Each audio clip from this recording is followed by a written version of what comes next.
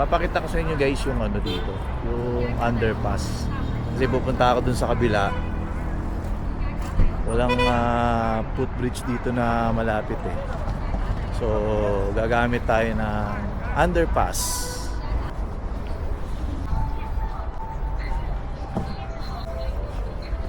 Elevator tayo pababa.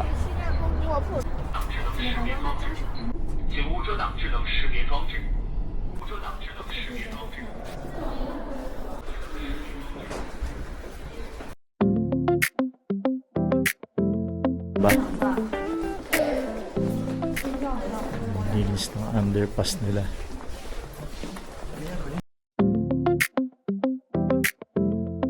Underpass na to, meron din ditong matagusan mo yung ano pupunta sa train, sa bullet train.